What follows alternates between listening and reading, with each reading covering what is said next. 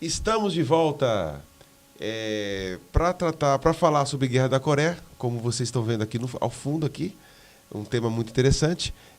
Chamei aqui novamente, né? Ela já esteve presente, já esteve com a gente aqui no Cemitério News, é integrante até o dia que ela quiser sair.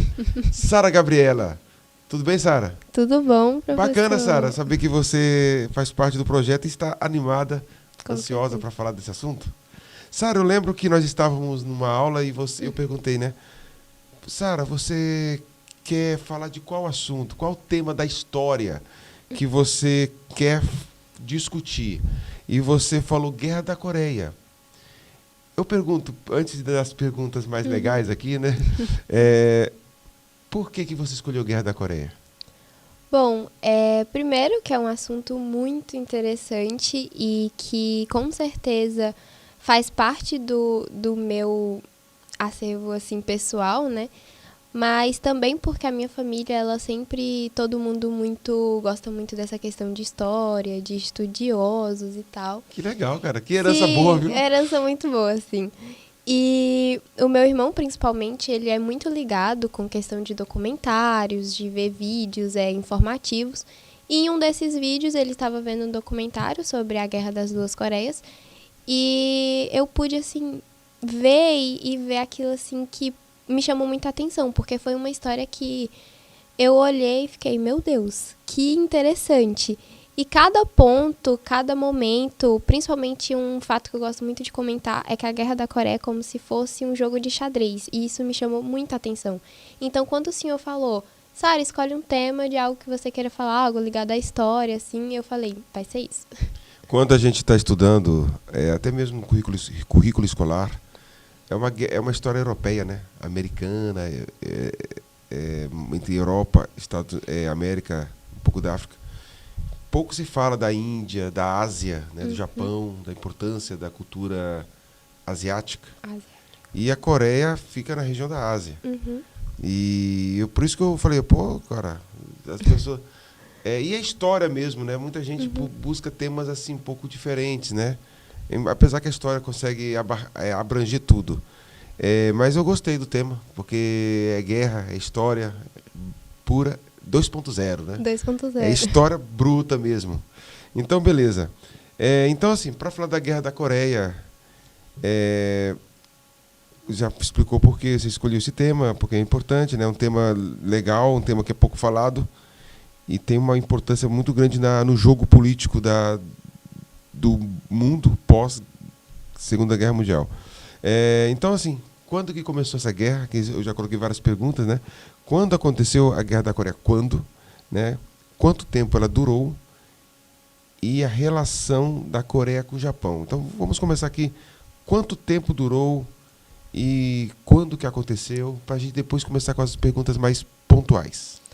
Bom, a Guerra da Coreia, a gente tem que entender que ela veio muito antes do tão falado guerra. Porque a guerra em si durou apenas 3 anos, de 1950 a 1953.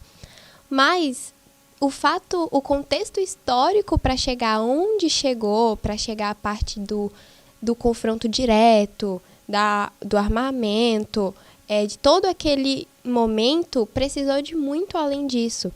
Então, eu respondo essa pergunta que foi 3 anos que durou, e nesse período de tempo, mas dizendo que é muito além disso.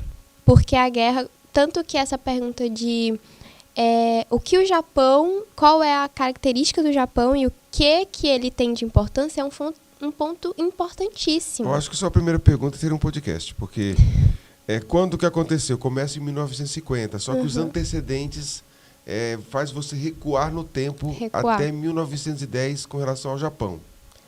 Até mesmo antes disso, porque a gente pode ir tão além e até em 1854. Poxa.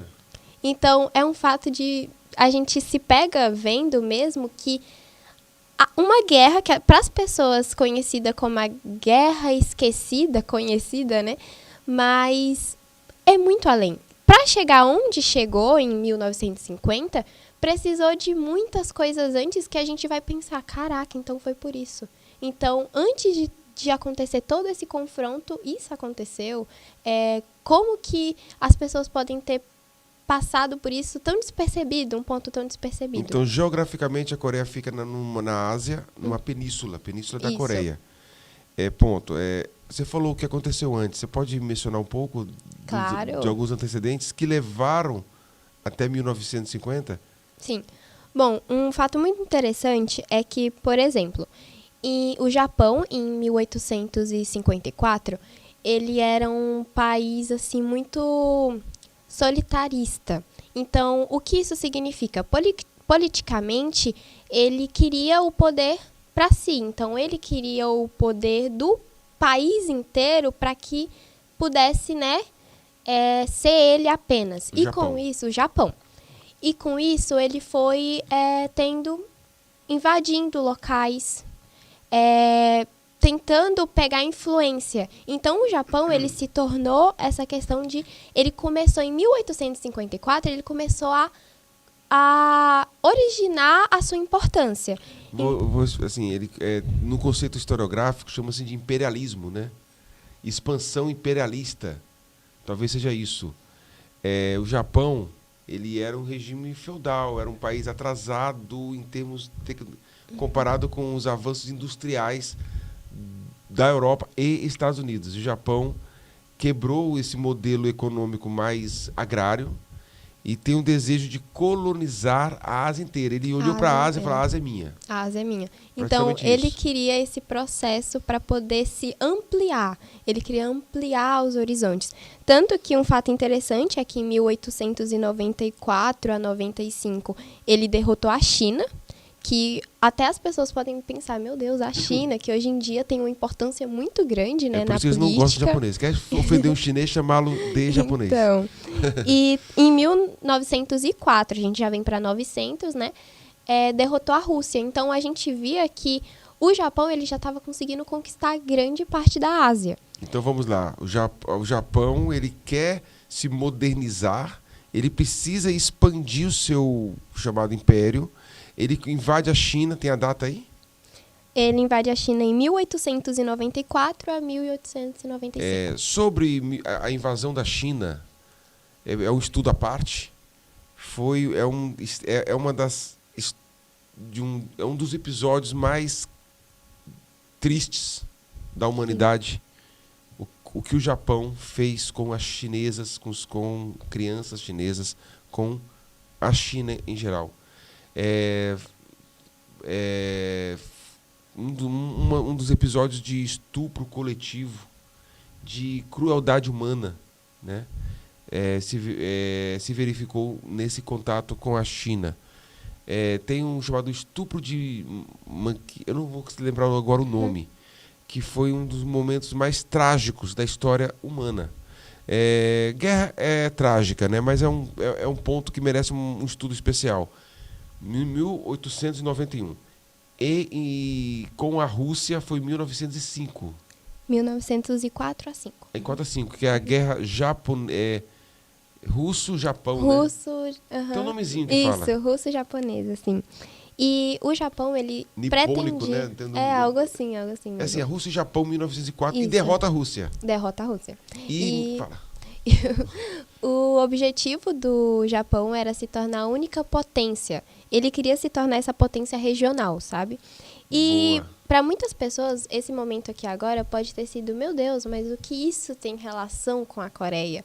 O que isso Exatamente. Tem a ver com a Coreia? Então, aí que a gente chega em 1905, né? Já falou que o Japão derrotou a Rússia em 1905, mas em 1905 também ele pegou a Coreia para si. Então, ele começou um processo de japonização. Isso aí. Então, vamos resumir, porque realmente é muitos detalhes. Muitos detalhes, sim. Então, primeiro, Coreia era unificada.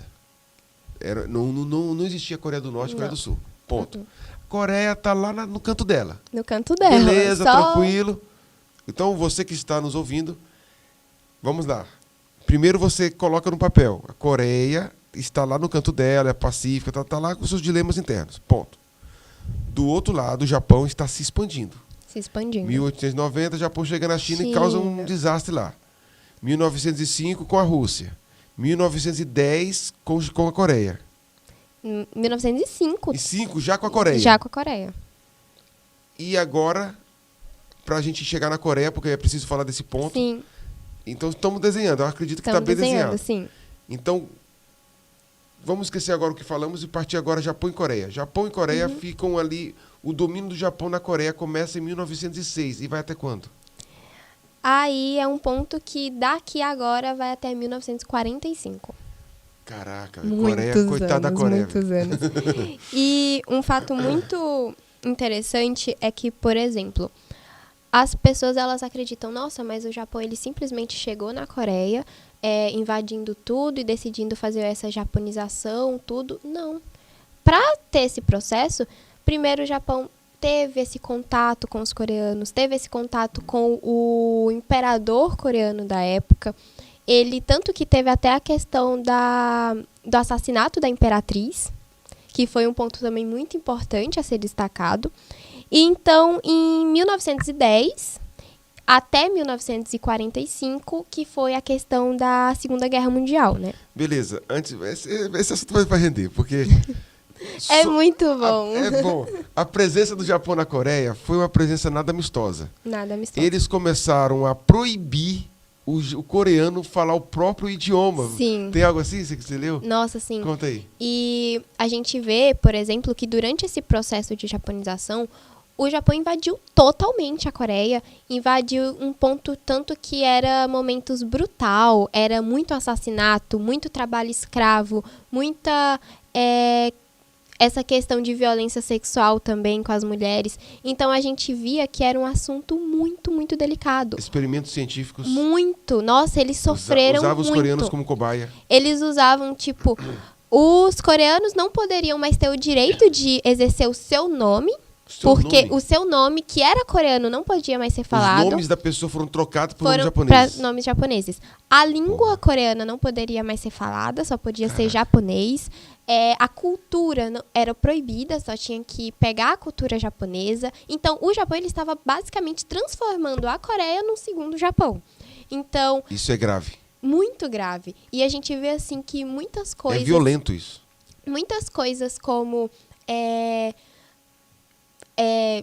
esses instrumentos que os coreanos usavam, as suas músicas, foram levados para o Japão para ser apresentado em museu para as pessoas. Então, a gente vê que a Coreia ela já sofreu, antes mesmo da Guerra da Coreia, ela já tinha sofrido muito mais. Ela já estava passando por um momento de instabilidade, tanto emocional, tanto física, porque eles não estavam fazendo isso de uma forma pacífica, era de uma forma brutal, uma forma totalmente violenta. Então, a gente vê assim que eu até fico abismada com a capacidade de que, nesse momento, a Coreia não deixou de existir totalmente. Porque hoje em dia a gente vê que a cultura é muito bem escrita, a língua também ainda é muito falada. Essa cultura, eles conseguiram algo que, para muitas pessoas, poderia ser impossível. Para outros países, não poderia acontecer. De conseguir, depois desse processo longo, porque não foi 3, 4 dias, conseguirem continuar com a sua cultura. Isso é muito impressionante. Muito se fala que a americanização, né, o capitalismo exportou para o mundo o estilo de vida americano. Alguns interpretam de forma que foi uma forma de aculturação. Pelo que você está falando aí, eu gosto de fazer essas comparações, porque o discurso que chega é um discurso muito mais debatido, né? Essa questão dos Estados Unidos. Mas o que os Estados Unidos se exportou o estilo de vida para o mundo parece primeira série perto do que o Japão fez com a Coreia. Sim. Porque não é tem um estilo de vida, assim, uma propaganda americana, mas não é uma atitude política. Sim. Né? Não se chega assim nas escolas, olha, vocês são proibidos de falar o português. Imagine você, você leva teu filho de 5, 6 anos para a escola, e ao invés de ele aprender o português, ele vai aprender o japonês. Aí, o nome dele, você deu o nome dele de Pedro, Francisco, Anderson, né? Já é o nome em inglês, já, né? você é obrigatoriamente ter um nome trocado por um nome japonês. Isso esvazia você de sua história, da sua identidade. Isso é grave. Isso é grave. Nós não temos nem palavras para descrever o grau de violência, de apagamento histórico, de esvaziamento da história de um povo pelo outro, pelos japoneses no caso. E agora, né, a gente entra em 1910, 1940, para a Segunda Guerra Mundial, que é um tema também muito amplo, né, que se a gente for comentar agora da Segunda Guerra Mundial vai ficar mais... Eu tô achando que vai ficar no Japão, viu?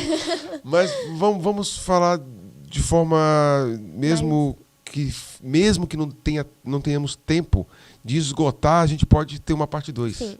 Vamos tranquilamente. Ok. O Japão e Coreia até a Segunda Guerra Mundial, pois não? Isso. E então, na Segunda Guerra Mundial, como todo mundo já conhece, né, ou deveria conhecer, teve a questão da Alemanha, o Hitler foi morto, né, durante aquele final do processo da Segunda Guerra, e o Japão ainda continuou como uma potência muito forte na história, e depois das bombas, né, de Hiroshima e Nagasaki o Japão finalmente se rende. E com esse rendimento, ele libera todos os países que ele tinha como sua posse, que é não só a Coreia, como Taiwan,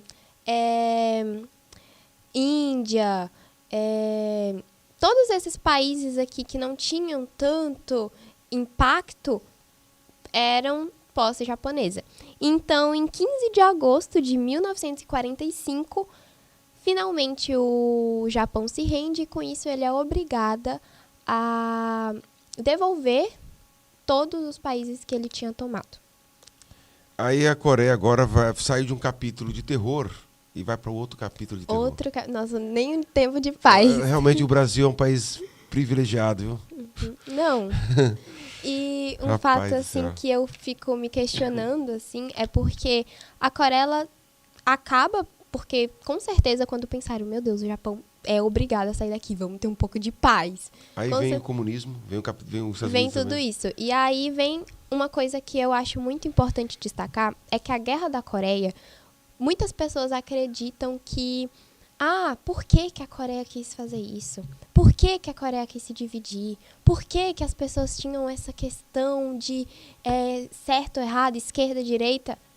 A Coreia não tinha essa vontade. A culpa não é da Coreia em si, e sim das potências que, com certeza, naquele momento, eles diziam para todos, diziam para a política, diziam nas reuniões, não, estamos fazendo isso em prol desse país que precisa de uma república, que tem que ser independente, que a gente vai fazer ele ser independente. Eles estavam apenas usando isso como fachada para o que eles realmente queriam. Porque essa questão da Guerra Fria, por exemplo, é como se a Guerra da Coreia fosse uma extensão da Guerra Fria, só que sem mencionar isso. Então as pessoas, elas lembram da Guerra da Coreia pela Coreia, mas elas não lembram pela questão da Guerra Fria. Então, por exemplo, a Guerra Fria, ela foi um processo onde as pessoas dizem, não, uma guerra onde não teve nenhum ataque, não teve nenhum bombardeio, era apenas algo político, apenas algo midiático, né, que as pessoas iam pela mídia, por tudo isso. Mas a Guerra da Coreia é como se fosse uma extensão da Guerra Fria. Pelo que você está falando, a Guerra da Coreia é muito mais por conta da Guerra Fria. Muito mais por causa da Guerra Fria. Porque a divisão veio por conta das ideologias da Guerra Sim. Fria aqui, né? Já no final da Segunda Guerra Mundial, quando a Alemanha se rende, já começou a se desenhar no cenário mundial a oposição, que estavam no mesmo bloco, Estados Unidos, Inglaterra e União Soviética, mas com a queda da Alemanha, os Estados Unidos, que atuou junto com a União Soviética, não por questões ideológicas, mas por questões circunstanciais, já estavam se polarizando. Os Estados Unidos levantou como um grande país do livre mercado, do capitalismo, etc., e a União Soviética como a grande bandeira da ideologia socialista / comunista. Então, Agora começa a Coreia do Norte e Coreia do Sul, né? Agora começa. Agora começa. Então, assim, começou, pelo visto, começa com os socialistas. Mas os Estados Unidos vai ter uma reação. Mas, enfim, vamos lá. Vamos começar. Por partes, né? Para entrar nesse assunto agora, da guerra mesmo, da conferência de Potsdam, respondendo a primeira pergunta, né? Quanto tempo durou a Coreia do Norte? Até hoje. Não foi assinado nenhum tratado de armistício.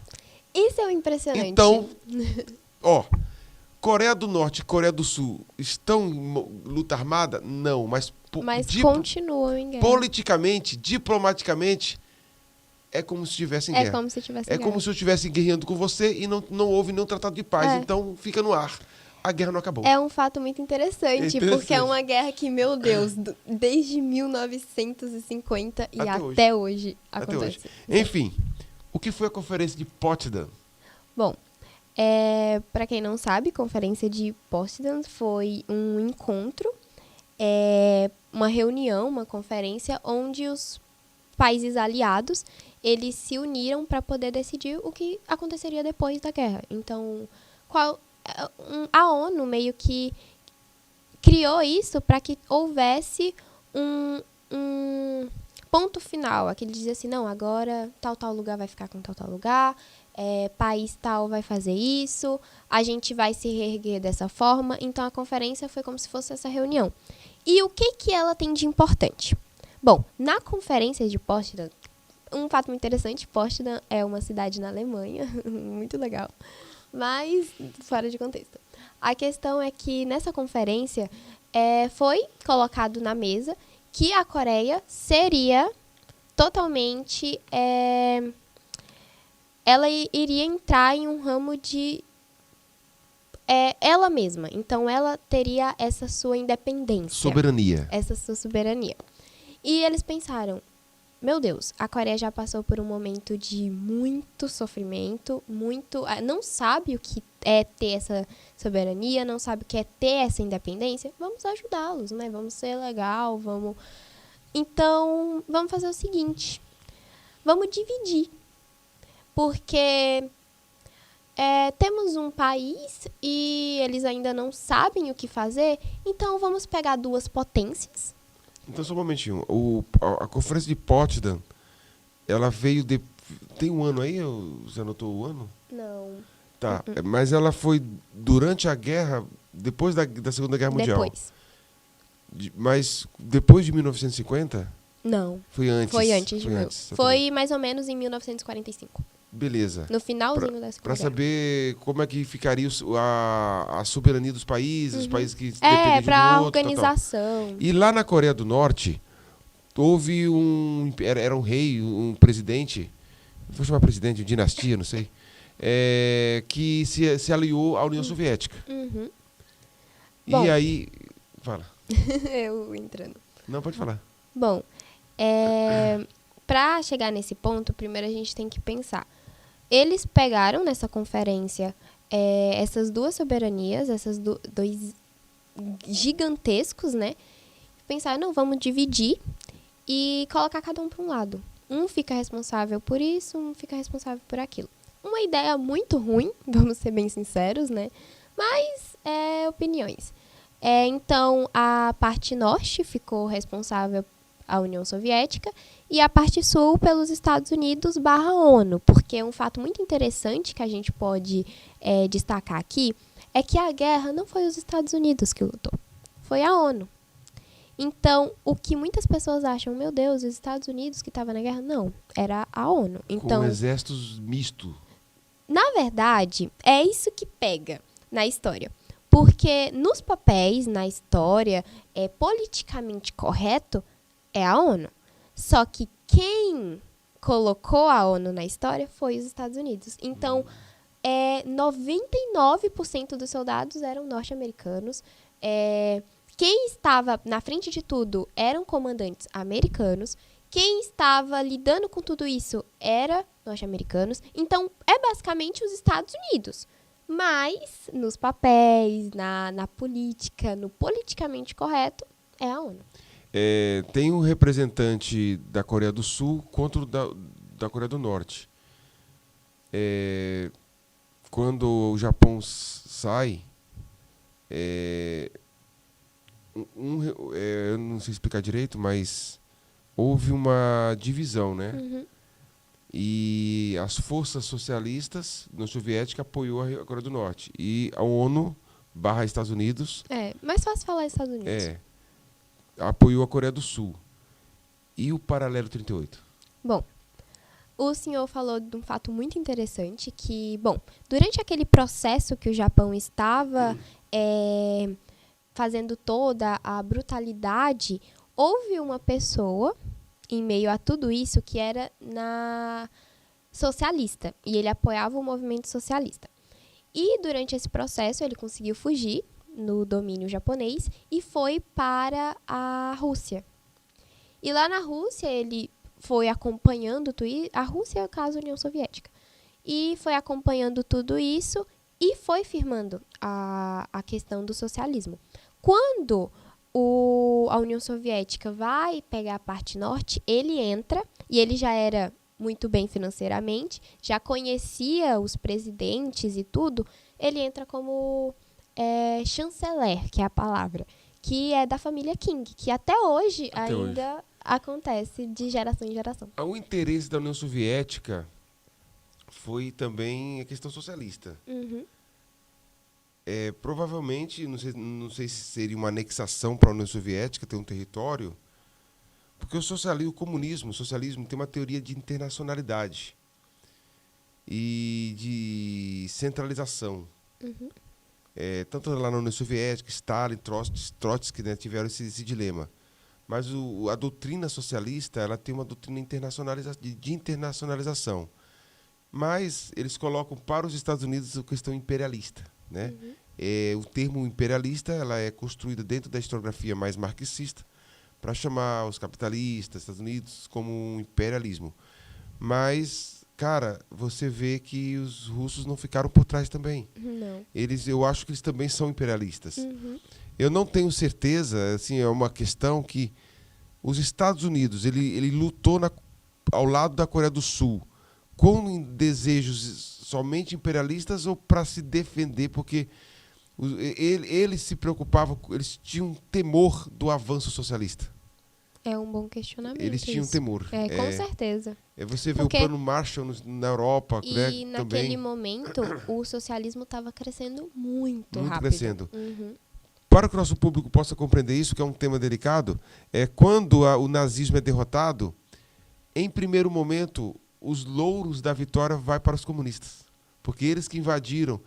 Tem até uma imagem até eloquente, a imagem, no alto, no pináculo de um prédio, uma bandeira comunista, né, da União Soviética sendo fincada, né? Então,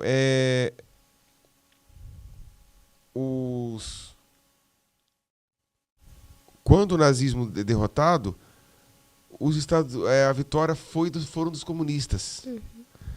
Porém, do Exército Vermelho. Porém, eu vi uma vez estudando sobre isso, que os Estados Unidos, com o presidente Truman, ele jogou as bombas lá no Japão também por uma questão política.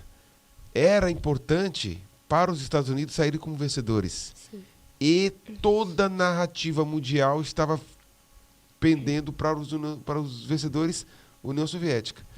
E sim, o comunismo estava em alta nessa época, justamente por conta disso. Os Estados Unidos começa toda uma força-tarefa de investir empréstimos, de reconstruir os países europeus e aí Coreia do Sul, como uma forma de conter o avanço socialista. É por aí que você está lendo? É por aí. Vamos lá. Bom, e o senhor falou sobre essa questão do paralelo 38, né? Bom, o paralelo 38, ele é uma linha imaginária que eles pensaram diversas formas para poder dividir. Vamos usar mesmo o local, o relevo, só que nada estava funcionando. Então, eles descobriram essa linha imaginária, que é o paralelo 38, que ia exatamente no meio da Coreia. Então, usaram ele. Bacana. Temos algumas imagens. Vamos Aí, ó. A Maria Eduarda aí. Oi, Maria Eduarda. Fez falta aqui, Maria Eduarda. Fez falta. Sara, ali, aí é uma imagem de um ponto de vista, assim, do paralelo 38, mas de um ponto de vista mais alto, né? Então, só contextualizando. Pode passar? Forças comunistas da Coreia do Norte se moveram para o sul, cruzando o paralelo 38. Essa imagem? Pode passar? As estimativas variam, mas acredita-se que pelo menos 2 milhões de civis coreanos, cerca de 30 mil norte-americanos, 400 mil sul-coreanos, 1.000 soldados britânicos e até 15 milhões de forças comunistas morreram na Guerra da Coreia. Caraca, muita gente. É muita gente. Foi um massacre. Foi muito, muito. Eu tava pesquisando e pude ver, assim, o quanto foi devastador. Estudiosos dizem que lado outro foram muito mais ruins ou aterrorizantes que o outro, mas outros já afirmam que os dois foram igualmente ruins. E a gente vê que, naquele momento, eles estavam cegos por esse desejo de território, de conquistar, que não viam que tantos inocentes foram mortos. 2 milhões. 2 milhões. Pode passar? A China, o Japão, né, a União Soviética, é uma imagem aí da China, do lado da Coreia do Norte, China, Japão e a União Soviética brigaram por anos pela influência... Não é isso que está querendo dizer, desculpa. Está dizendo que a China, o Japão e a União Soviética, por anos, lutaram pelo domínio da Península Coreana. É isso.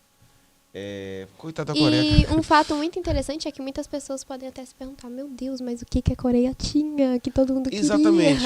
Agora, antes de passar para o próximo, você falou no início, é uma guerra esquecida. Por que se lembra muito mais do Vietnã do que da Coreia? É uma boa pergunta isso. É uma pergunta que fica... É uma pergunta no ar, porque assim, a Coreia, ela tinha esse... Por que as pessoas queriam tanto a Coreia? Porque a Coreia, ela era muito bem direcionada. Ela tinha muito agricultura do lado norte, como ela também tinha muito extração de minério no lado sul. Então, os dois lados em si eram muito, muito ricos. E agora a pergunta, por que a Guerra da Coreia é tão esquecida em relação a outras guerras? A do Vietnã, por exemplo. Vietnã? É porque eu acredito, minha opinião, que as pessoas, quando não estão interligadas ou não conhecem a história e elas não ficam tão interessadas em coisas que acontecem, por exemplo, na Ásia ou em outros lugares. E a gente vê, assim, que a Guerra da Coreia é uma guerra que é extraordinária. Milhares de pessoas morreram, mas foi colocado tanto nesse cubículo, tanto tentaram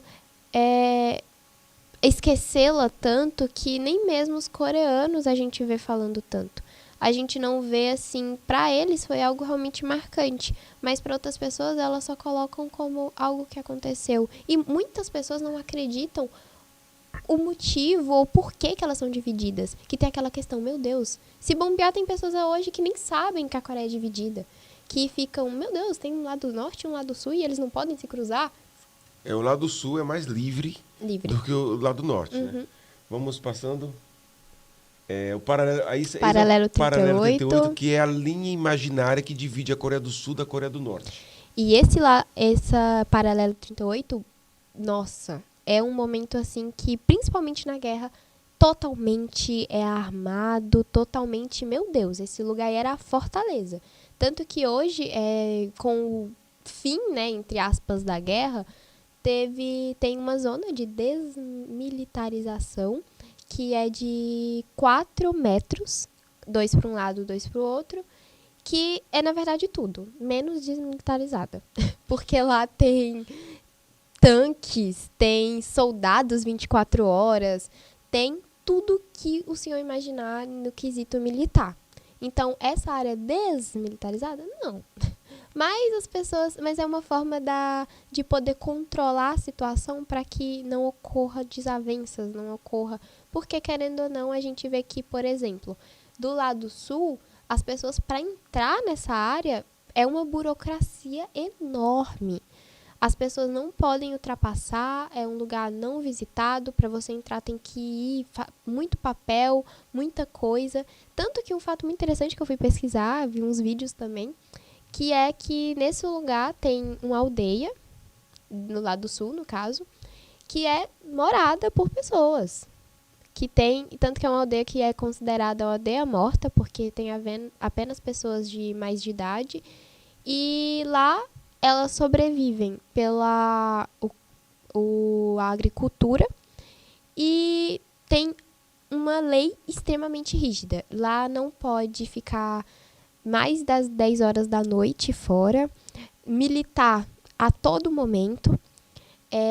Tanto que os militares lá já são normais, andam pra lá e pra cá, os aldeões. Oi, tudo bem? Bom dia. A Coreia do Norte é mais militarizada do que a do Sul. A do Sul, muito mais, só que a do Sul também é muito militarizada nessa área, principalmente. Nessa área do Paralelo 38. E tanto que, por você imaginar que é uma coisa tão extraordinária, que a gente imagina, tem um muro, nessa área principalmente não tem.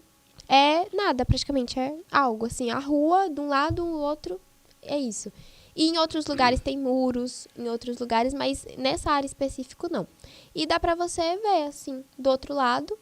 E tanto que diz que tem cidades do lado norte, só que o lado norte as pessoas realmente não conseguem, porque, pra quem não sabe, a Coreia do Norte ela é considerada o país mais isolado do mundo. Ditadura 2.0. É muito, muito, muito isolada. E um fato que eu gosto até de fazer pode piada. Pode nem sorrir lá, cara. Não. Tem alguns tipos de corte de cabelo que não são... Assim, não é que não sorri, né? Mas tem vários... A vigilância estatal é muito forte. E quando a gente vai pesquisar sobre a Coreia do Norte hoje em dia, a gente vê, assim, o quanto eles estão em um mundo totalmente diferente do nosso. Porque a gente vê, eles não conhecem nada do mundo exterior. É a Coreia, acabou. Eles não conhecem nada, tipo, se você for perguntar, quem é cantor fulano de tal? Não sei.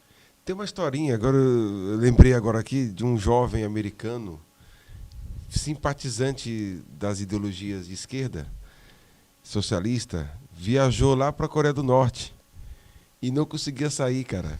E pedindo, assim, se você pesquisar no Google, der um Google aí, você vai descobrir. Começou a pedir socorro. Socorro. Porque realmente, às vezes, é uma ilusão que as pessoas criam, né? Não existe paraíso na Terra, lógico. Mas o regime da Coreia do Norte é mais difícil. É muito mais. Vamos e concordar, as pessoas lá são... Elas colocam uma idealização também muito grande. Lá, eu só preciso do meu chanceler e acabou. Que é o presidente, né?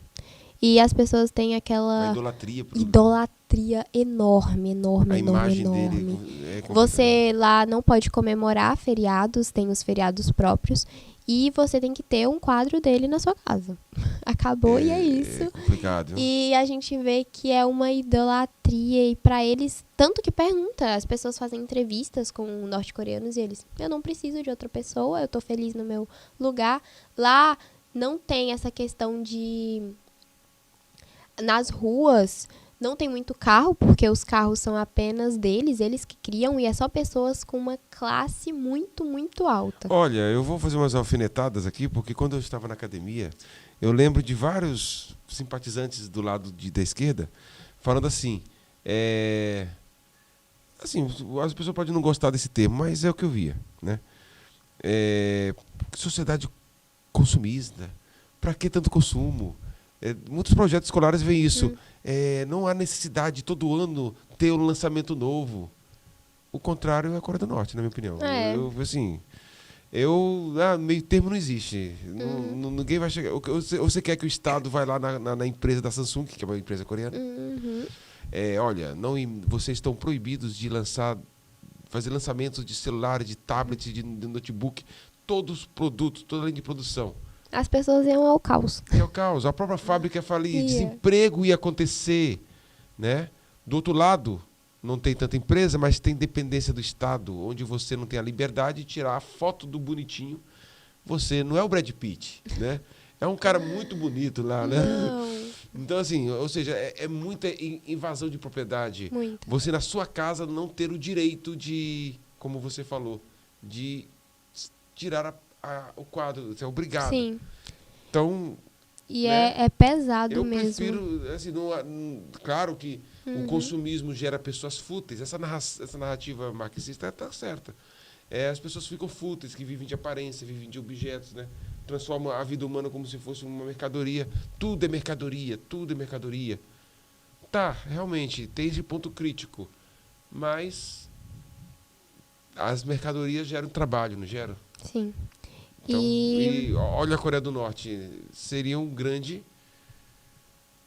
na minha opinião, do meu ponto de vista, um estado de alerta.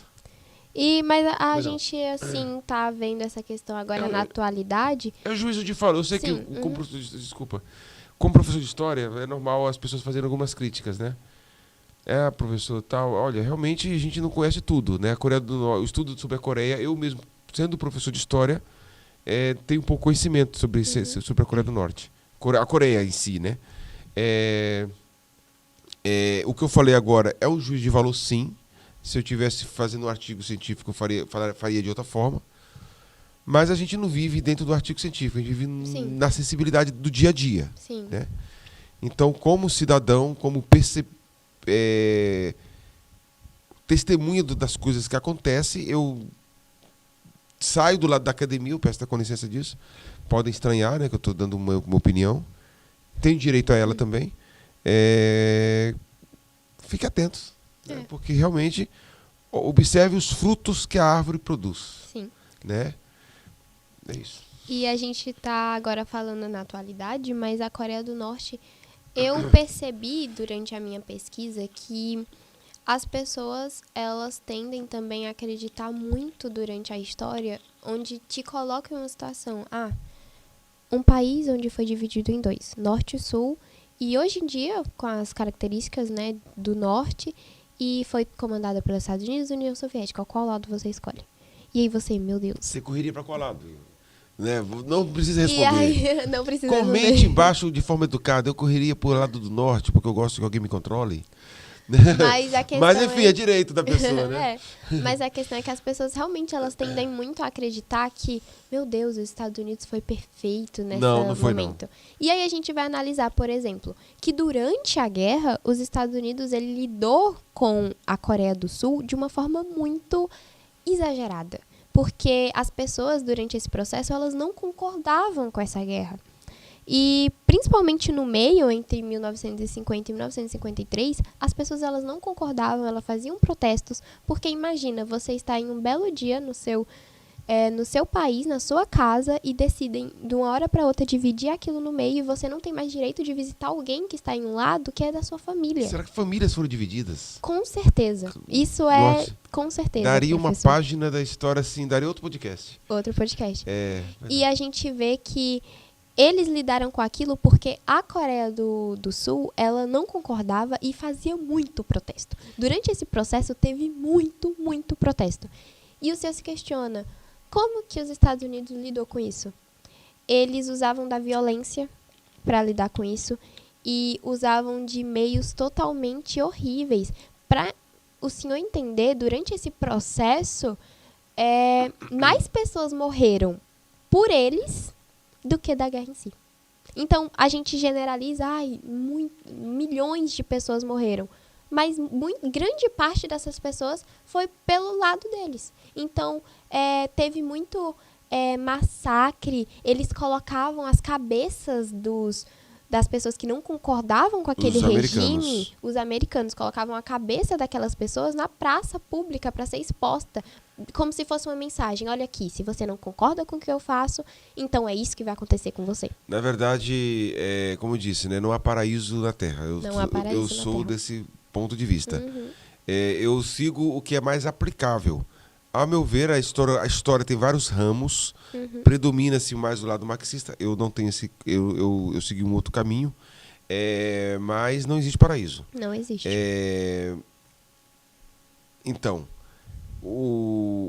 a presença do Estado, Unido, Estado dos... os Estados Unidos já fala...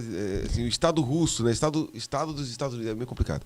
A presença dos Estados Unidos como Estado, de nação-Estado, né?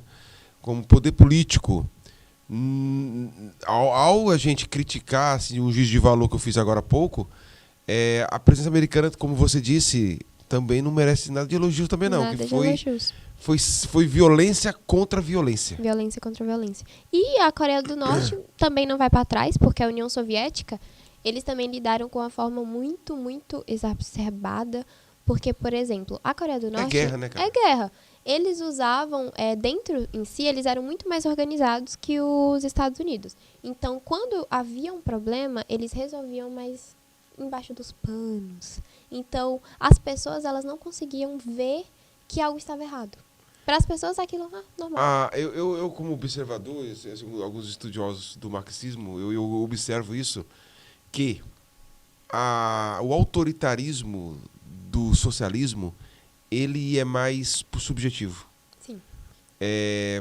Não precisa falar de hoje, né? Você não pode falar que é ditadura. Você não pode falar que E é um ditadura. fato muito interessante Não, é que... é ser cancelado. Né? Então, assim, não é de hoje esse comportamento dessa ideologia. Ela é tão pesada quanto a outra, só que ela tem um caminho mais subjetivo, que fica retratado no livro de história mais o lado dos Estados Unidos. Sim, Que todos realmente os foi livros. violento. Eles não Sim. estão errados, foi violento. Né? Mas o lado parece que é inocentado, de certa forma. E você falou, né? A presença socialista na Coreia do Norte era de uma forma mais subjetiva. Os socialistas não poderiam falar que estavam sofrendo, né? Você explica aí. E é uma coisa muito interessante, porque até hoje mesmo a gente vê na Coreia do Norte, as pessoas elas não acham que estão em um regime... Eles não acham. Eles não acham. Para eles aquilo é normal, tanto que a Coreia do Norte, eles se autodenominam socialismo autossuficiente. Então, interessante. E o nome é Coreia da República Popular da Coreia, alguma coisa assim? República Popular da Coreia. E interessante, os nomezinhos dos socialistas são mais fofinhos, né? Popular, República Democrática, né? Na Alemanha também, né? Nesse cenário, pessoal, pós-guerra, Segunda Guerra Mundial, se dividiu Vietnã do Norte, Vietnã do Sul, Coreia do Norte, Coreia do Sul, Alemanha Oriental, Ocidental. E os nomes da Alemanha socialista era República Popular. Assim, realmente, soa mais... É bonito lógico. de se ouvir. Se chegar para você, olha, tem 2 partidos aqui para você se filiar. Federativo ou democrático? Você vai pro democrático. Democrático é a palavra, mas até mais democrático, claro. sim. Só que é o seguinte, na prática você vê ao contrário. Sim. É claro que a presença americana foi violenta, sim. E a da União Soviética também. Muito Só mais que o também. resultado das atuações, você se... Assim, não estou falando que é legal, mas assim, o resultado, você vê uma Coreia do Sul muito mais aberta economicamente do que a do Norte. Então, assim, o resultado do sistema capitalista não é perfeito, tem desigualdades, como os socialistas apontam, mas tem mais liberdade econômica de você se expressar, de você consumir, de você entrar no país e sair muito mais do que na do Norte. Isso é um fato, eu acho que não é uma ideologia, isso é um fato, né? Sim. Nosso tempo está quase, olha só, na segunda... Quase acabando. Olha que bacana. Mas pode continuar. Ok. Então agora a gente começa agora, de fato, com a guerra, porque a gente nem começou a falar da guerra ainda. Nem começou, cara. Vai ter parte 2. Vai ter que ter. Então, já em 1950, houve uma... A guerra, ela é dividida em 3 fases. E a primeira, segunda e terceira. Tanto que a terceira fase é considerada a mais longa e mais centrada, mais assim, mas as 2 primeiras são muito importantes também. Infelizmente, viu, Lassara, eu tenho que falar que faltam poucos minutos, né? Infelizmente, esse é um pouco mais breve, mesmo que a gente faça uma parte 2 depois. Porque o nosso tempo nas dependências aqui... Tá curto. Bom, vou tentar ir de uma forma bem mais rápida. A primeira fase, ela aconteceu em 1950, exatamente dia 25 de junho de 1950. Por que essa data é tão importante? Porque foi aqui que a guerra realmente começou. Foi aqui que realmente aconteceu o primeiro empate, a primeira alfinetada, que assim podemos dizer. Porque... acendeu o primeiro barril de pólvora. O primeiro barril. Os historiadores dizem que quem começou tudo foi o lado do sul, pelos Estados Unidos, mas a guerra em si começou porque a União Soviética, o lado norte, atacou primeiro. Sim, Foram pra dentro. atacou primeiro. Quem começou foi o norte. Historiadores geralmente marxistas, eles vão ser mais lenientes com relação ao norte-coreano. Porque a ideologia deles nunca está errada. Acontece que provavelmente alguma coisa aconteceu. Vai ter parte 2, fica tranquilo. Bom, Alguma coisa aconteceu, interferência americana, o culpado sempre vai ser o outro. sim. Né? Que nem é uma espécie de religião. O culpado de eu pecar é o Satanás, não é porque eu quis, né? Então. Então, desculpa, vai ter parte 2. A estrutura mental, né, é essa. Então, geralmente, os historiadores partem por esse lado marxista, né? Mas historiadores de outra linha não vão concordar com isso. Vão ter um outro ponto de vista, como você falou. No fato, o socialismo que ocupou a parte norte da Coreia, ela atacou primeiro, ela que avançou. Pois não. Bom, e nesse processo, o norte, ele atravessou o paralelo 38 e ele foi até o perímetro de Pusan, que é... Bom, nessa fase é muito interessante, porque nesse processo, o norte, ele ataca, ultrapassa o paralelo 38 e eles estavam muito fortes. Eles já estavam se preparando durante um processo de tempo e o sul pega totalmente desprevenido. Então, eles atacam tudo, começam com Seul, que é a capital sul-coreana. Atacam, quando eles vê a Coreia do Sul está apenas no perímetro de Pusan. Então, esse momento é muito importante, porque a Guerra da Coreia é um fato muito legal. É que a gente acha que ela vai acabar toda hora. Porque é como se fosse esse troca-troca. Uma hora um tá em cima, outra hora ele já tá lá embaixo. Então, eu acredito que naquele processo eles devem estar pensando, nossa, já ganhamos. Mal sabem eles, né, que a Coreia do Sul vai dar ali seu ponto.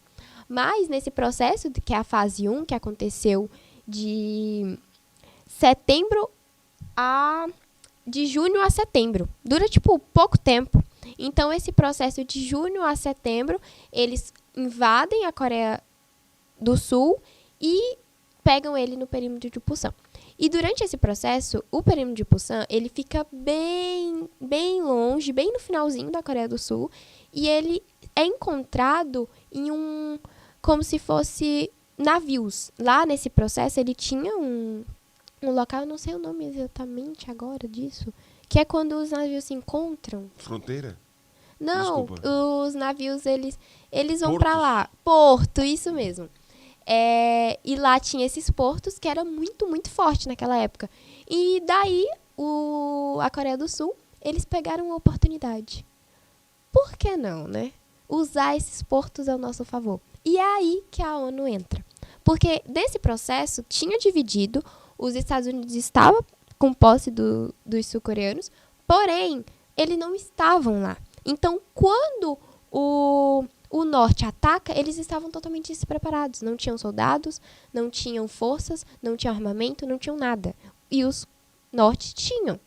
Então, naquele processo, os Estados Unidos entram. Aí o senhor se pergunta, por que os Estados Unidos não decidiu por si próprio entrar na guerra? Porque ele não podia. O governo, naquela época, decidia que os Estados Unidos só poderia entrar numa guerra se ele fosse alvo daquela guerra. E ele poderia só mandar soldados se aquilo fosse totalmente necessário. Então, os Estados Unidos utiliza-se da ONU.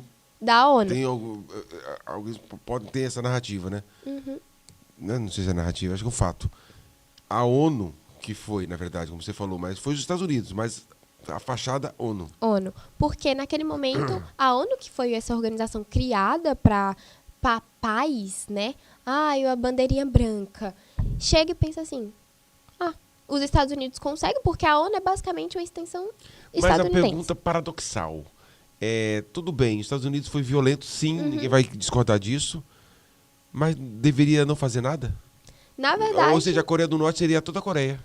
Sim, por isso essa é a questão. É uma questão paradoxal. É uma questão paradoxal, porque é de opinião em opinião. Aí é opinião. É opinião, porque uma pessoa pode acreditar que o país seria muito mais feliz, Sim. só o norte ou só o sul. E aí já vai de questão em questão, porque, bom, na história, eles entraram, né? E naquele processo a ONU foi, os Estados Unidos fazia totalmente parte da ONU, era como se fosse só os Estados Unidos comandando tudo, e eles decidiram, não, colocar a ONU dentro.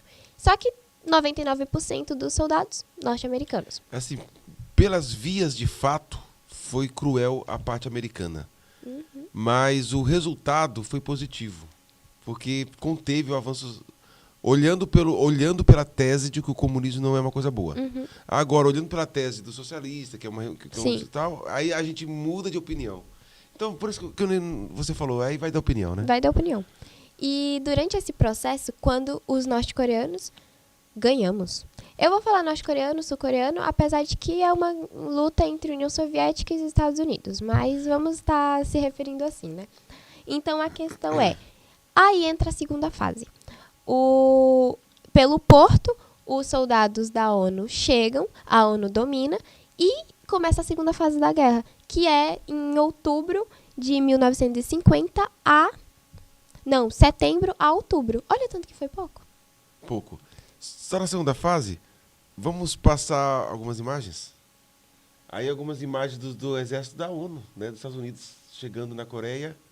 Pelo porto, Pelo gente. porto. Volta um pouquinho, por favor, como você falou, ó, pelo porto. Sim, que foi. E esse porto foi um ponto totalmente importante, porque eles chegaram no perímetro de Pusan e pensaram, uma oportunidade de poder mandar soldados. Pode passar? Aí é um cenário, uma foto, né? A vantagem já existia fotografia, né? Então, Nas guerras da Idade Média é difícil explicar assim. Vai lá. Aí é o tratado, ó, em 27 de julho de 1953, um armistício foi finalmente assinado, com o acordo de que o paralelo seria a nova fronteira entre os dois. Observe que esse documento não fala que terão paz, mas que o paralelo 38 seria a nova fronteira dos dois países. É isso. O nosso tempo é curto, vai ter parte 2, talvez na parte 2 a gente começa com a guerra em si. Né? Bacana? Conta você que ficou até agora conosco. Vamos ter agora uma conversinha particular, né? Assim, mais pessoal com a Sara. Você que gostou do assunto, você que está empolgado com a Guerra da Coreia, vamos ter uma parte 2. Temos que ter, professor, a parte 2. Essa história ainda tem muito, muito mais. A gente ainda pegou a ponta do iceberg, porque realmente essa história ainda tem muita coisa a ser ministrada. E vai ser muito interessante. Tem que ter, professor. Sim. Grave aí, anote aí para na parte 2 a gente já começar com a segunda fase da guerra. Beleza? Quanto a você, esse projeto, esse trabalho, esse podcast vai ser publicado no canal do YouTube História e Conexão, Centro de Mídias, SEDUC, algumas partes no Cemitério News e divulgado para TV aberta via TV Assembleia. Beleza? Você tem que fazer o quê? Curtir, compartilhar, deixe seus comentários abaixo, dúvidas, discordâncias, contrapontos abaixo de forma educada, ok? E só explicando, a historiografia tem vários caminhos, muito provável que você, professor de história que possa nos ouvir, possa até não concordar com alguns viés, normal, deixe o comentário abaixo, que quem sabe a gente possa dar uma resposta bem acadêmica, de forma respeitosa. E até daqui a pouco.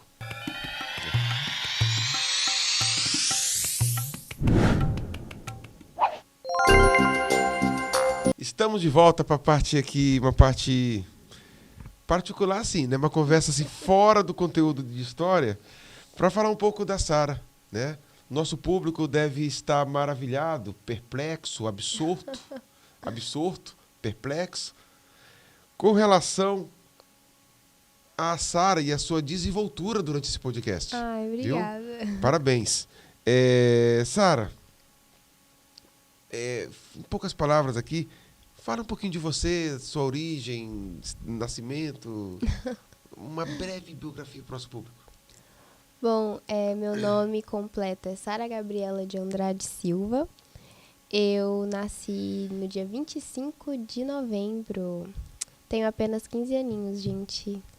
E, bom, é basicamente isso, nasci em Araguaína e decidi estudar agora no colégio militar, no ensino médio, né? Tô na 2ª série. E vamos lá, né? Vamos formar. Você parece ter 12 anos, tem 15 e fala como se fosse de 25 anos. Ouço muito isso, ouço muito isso. Eu não sou o primeiro a falar isso, né? Não, as pessoas dizem muito que eu tenho carinha mesmo de 12 anos. Aí as pessoas dizem assim, nossa, Sara, mas quantos anos você tem? 15. Meu Deus, você parece ter 12. Aí a gente tem uma conversa, você parece ter 52. Eu acho que a tua forma de conversar já seleciona o tipo de homem que chega pra você, não chega? Ou eu estou equivocado? Ah, não sei. Você ainda é criança, menor de idade, sei, né? Mas só que eu acho que grande parte da minha desenvoltura veio também da minha família, porque a minha mãe é professora, então isso facilita muito também. É de história ela? Não, matemática. É diferente. Né? É. Só que, meu Deus, se alguém aqui achou que eu tenho uma ótima desenvoltura, uma ótima oratória, não conheçam a minha mãe, porque minha mãe, ela fala de uma forma, assim, maestral. Tanto que a gente, nas férias, fizemos uma aposta para ver quem que dizia um pouco sobre, e ensinava para as pessoas sobre reforma protestante. E ela ganhou, galera, porque ela realmente está em um nível que eu não posso chegar. É normal, ela é mais velha, tem mais acúmulo de sim. leitura, mais experiências, isso é normal. E eu fiquei abismada, viu? Eu fiquei assim, meu Deus, eu tenho muito a A aprender. gente faz o elogio, né? Não para a pessoa ficar orgulhosa, Uhum. mas é bom ter a humildade sempre, porque quando você tem esse senso de humildade, você cresce mais. Sim. Mas é um reconhecimento de fato que se destaca, entendeu? E parabéns. Muito obrigada. Eu acredito que o público vai gostar da sua desenvoltura. Ai, tomara. Então, depois vamos falar da sua mãe. Qual foi o dia mais importante da sua vida, Sara? Dia mais importante da minha vida? Uma pergunta difícil, porque são tantos dias, né? Podia ser falar do podcast aqui, podia ser.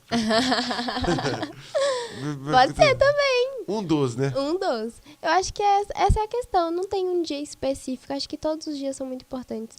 Mas O nascimento. eu diria que é o nascimento, só que foi um dia, assim, bem triste pra minha mãe, né? Porque ela sofreu bastante nesse processo. Mas, e também porque eu não lembro, então não posso dizer que foi um dia, assim, incrível. Mas eu acho que momentos muito bons foi nas férias, assim, de poder estar na praia. E também é um pouco, assim, de soberba eu falar, olha, o dia mais importante é o meu nascimento, né? Porque, tipo assim, o dia mais importante do meu nascimento, eu não lembro. Então eu não posso dizer se foi realmente muito importante pra mim, porque então, talvez. Qual o dia mais triste? Dia mais triste. Nossa, professor que pergunta assim. Bom, o dia mais triste, acho que é todas as vezes que eu tenho que me despedir das pessoas que eu gosto. Porque, e não só despedir no sentido de morte, sabe?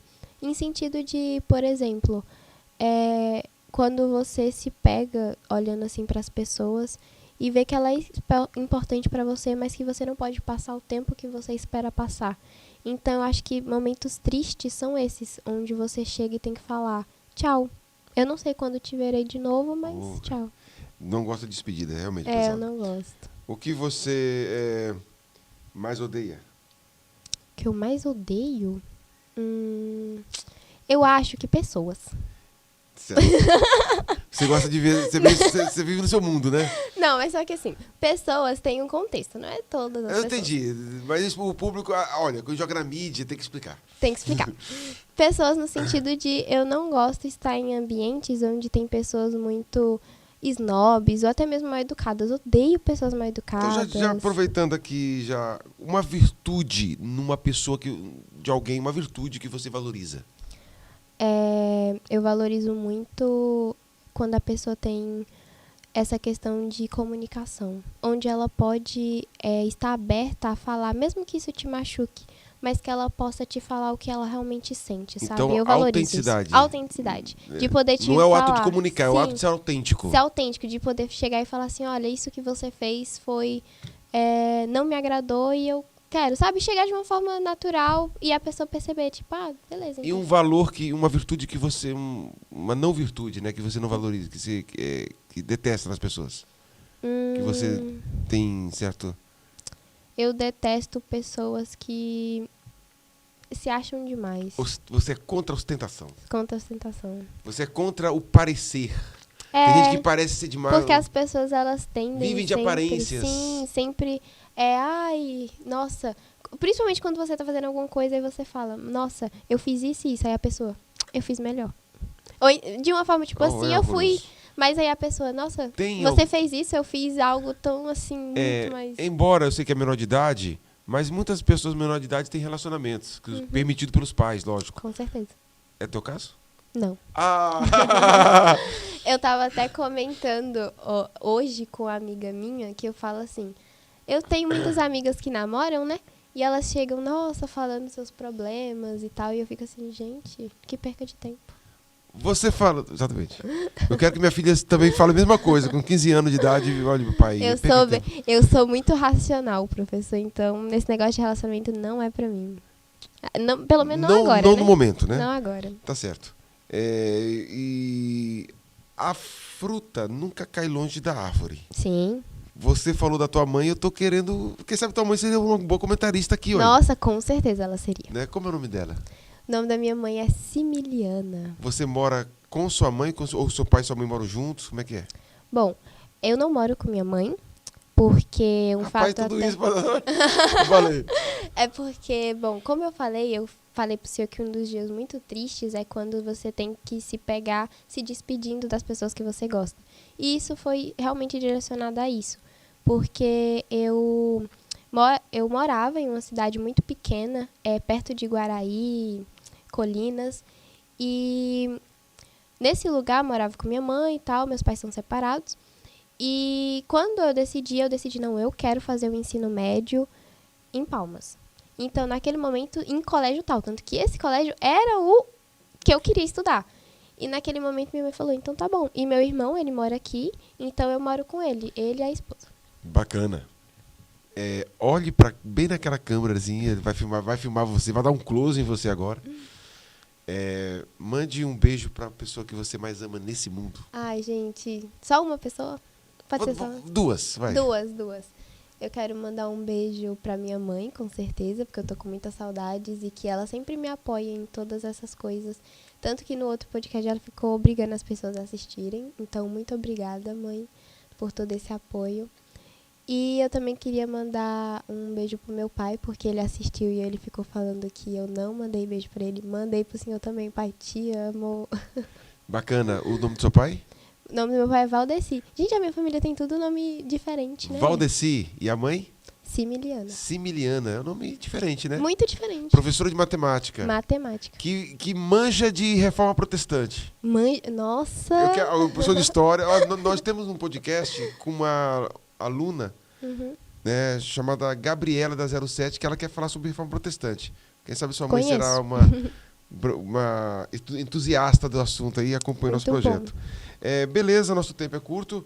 Eu vou deixar com você um salgadinho. Muito obrigada. Em poucas palavras, faça suas considerações finais. Bom, sobre a questão da Guerra das Duas Coreias, que é um tema extraordinário, a gente pôde ver que é a introdução, né, desse tema. Espero de verdade que tenha parte 2, vamos lá, professor. E a gente pôde analisar que a história ela vai muito além do que a gente imagina. A história ela não é só sobre um país que foi dividido em dois, mas sobre uma relação política, uma relação assim diplomática, onde as pessoas nações acreditaram que estavam fazendo algo em prol de um país, mas que estavam fazendo algo por si mesmos. Algo bem egocentrista. Mas a gente vai analisar a história e perceber que é maravilhoso e que isso não é algo ruim, mas que a gente pode aprender a cada dia e fazer disso uma boa história para contar, né? Tem alguma referência, alguma coisa? Gente, eu tenho, primeiro, um documentário, que ele é A Guerra das Duas Coreias. Muito bom documentário. Gente, foi esse documentário que fez eu gostar da história. E no YouTube. E eu também recomendo algo que não tem a ver com a história, mas eu super recomendo um dorama, tá, gente? Que é Pousando no Amor. Assistam, porque fala muito sobre essa questão de Coreia do Sul e Coreia do Norte. E é muito gostosinho de assistir. E vai também demonstrar um pouco, de uma forma menos aprofundada, essa questão de diferenças entre os dois. E por você ter assistido esse podcast, vai entender muito mais o impacto que isso tem. Então assistam, é muito bom, gente. Bacana.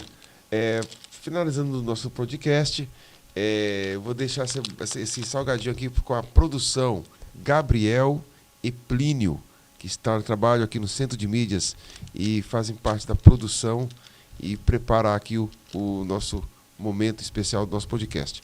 Quanto a você, siga nossas páginas, compartilhe. Vai ter parte 2, Guerra da Coreia, parte 2 no Centro de Isso aí! Beleza?